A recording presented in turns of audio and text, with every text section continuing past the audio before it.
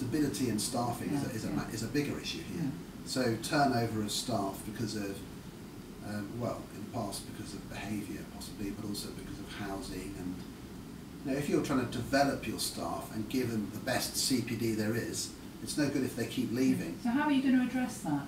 Well, a number of things. I'd say it's probably my headline kind of a strategy for my first years of being ahead here is to retain the staff and put CPD first. So we're doing a lot of work on that. We're trying to make. So I actually think workload, teaching conditions, the culture in the school, all those are huge. So you know, we have a thing here where all the teachers who are fully timetable do zero cover. We talk about being a family-friendly school, so not a stay late culture. I have a lot of conversations with the staff here about marking within reason, within workload limits, because I've had a lot of very distressed teachers. What, just overworked? Overworked, doing too much marking. Yeah. And too much marking which isn't having a difference. You know, there's a difference between someone saying, oh, the teacher never marks my books, and feeling that as a parent, and a teacher doing, you know, red penning everything on site to appease that person, when actually that doesn't actually take the child forward in their learning.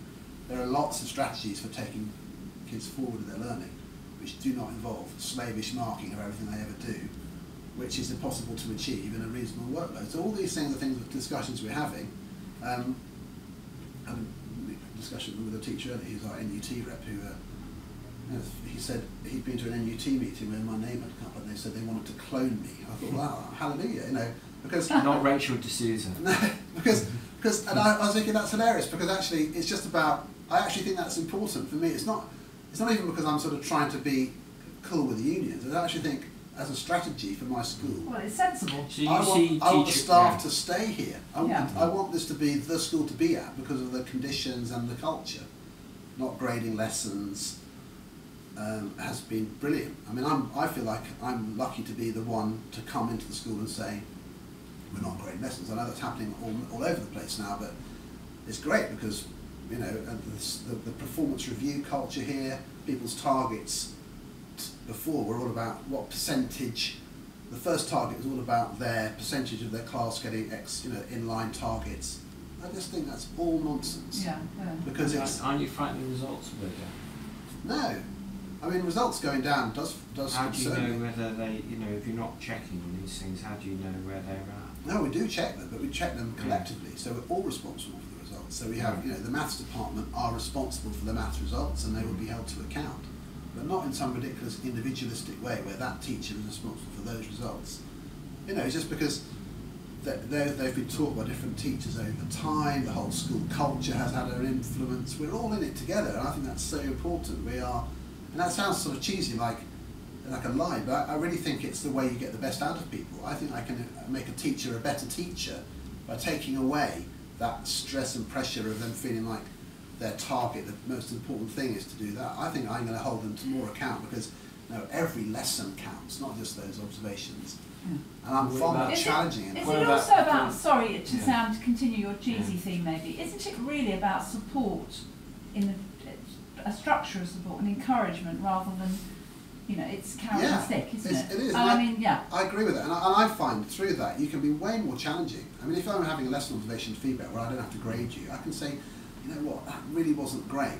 I don't think that worked. Yeah. But I'm not saying you're a bad teacher. I can say, I don't think that worked. I think it'd be better, this is, you know, let's think at that, because as a school, maybe it's a whole school issue we need to address, and I can be saying that, but I'm not saying you know, I'm not grading, and the results thing, yeah, we can be very demanding about results, but of ourselves, far more effectively than we can if we're saying, right, you do this, you do that. I just don't believe that works. Sorry. Yeah, the performance-related pay is really massive in teachers' minds. I mean, where are you standing on that?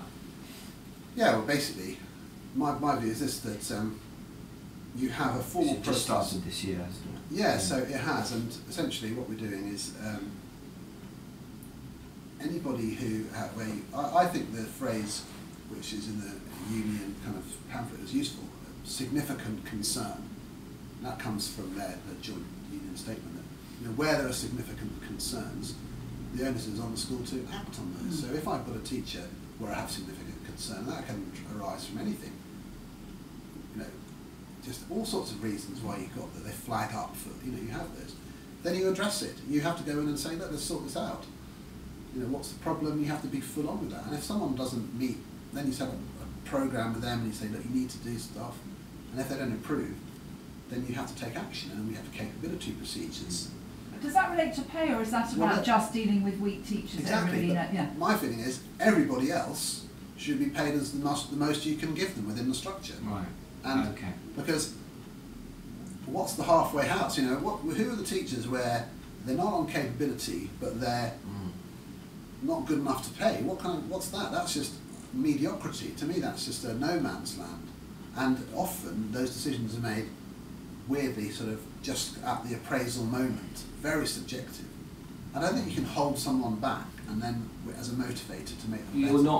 You're not doing it in the way that Gove would have wanted. So you're not using pay to kind of separate. Because you've got the residuals of all the residuals tell you the sort of value added of particular teachers. You'll presumably, if they've stayed here some time, you have them over time, won't you? So you'll have a pretty good picture of the teachers got consistently scoring. I don't agree with that. I think that you have other ways of rewarding people. Yeah. I think other forms of motivation. I think sort of cultural. Aren't they going to be annoyed though that? I mean, sorry, I'm kind of playing devil's advocate because I can agree with you. But I mean, wouldn't they be annoyed if they've been, really acing with their students? Well, I'd say possibly, but I don't think any teacher, even in highly successful teachers, you have ways of rewarding people, and there are responsibilities you can give people, and there are ways of recognising people and saying, okay, here's some. But through the TLR system and the responsibility system, I think there are ways of doing that. In terms of just, bearing in mind that the incremental thing only really applies, this is the bizarreness of the whole thing, that only applies for people going, there are a couple of upper pay spine leaps, but it's the earlier, younger teachers where you need to nurture them and move them on.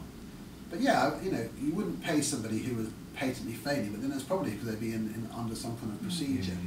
So I said to some of the people here who I've inherited, who are going through the threshold, and I'm saying to them, has anyone ever told you that they have significant concerns with your performance? No. Well, in that case, you're entitled to pass, because to me, it's an institutional failing to say it would be ludicrous to reach this point where I have to decide, because you have initially weren't told this is coming and have had some support put in place. It's totally unreasonable. So if I understand you're not using pay to deal with significant concerns, but you think dealing with significant concerns is a very important part of that. Vital. Yeah, because that's certainly what I think. Yeah. Absolutely head on. So. Are those easy to pick up? Is it easy? I mean, I know that from my daughter's school, everybody knew who the weak teachers were. And you've only been here 3 months, but presumably... Yeah, you can pick it up, but I think people sometimes are too soft on picking up on the triggers, and you need to have those conversations with people. But also you need to think about motivation, and also you have to decide strategically with the teacher, look, is this a teacher that needs to develop significantly but can be a better teacher? Or are they a teacher who is fundamentally very weak and frankly I need them out of my school? I mean, essentially, there are very few of those. The teachers you're going to need to improve, are you going to say to them, by not paying them, am I likely to get more out of them? No, there's a couple of cases here who've been people who've been knocked back several times, and I'm thinking, well, it's hardly surprising that you're feeling a bit disgruntled and boxed in. And is it helping you improve? No. No. So I think that's pay thing for me. It's just, and I don't even believe the teachers. I've debated this with various people who are absolutely sold on it. Their school is fantastic. They get amazing results, and they do performance-related pay, and they think that's cause and effect. And I always challenge them. No, it's not. You would never prove that, and actually, it's because of the culture you have in the school of expecting a lot of people or whatever. It's the pay is a red herring. You could pay people all the same and you'd get the results because of the way you lead. And also you believe pay can be divisive and destructive. That's really your argument, and I do think, and I can come back to it, it's if I'm being totally selfish for my school being as good as possible, that's the reason for doing it. Because I think that's where I'll get the best teaching results.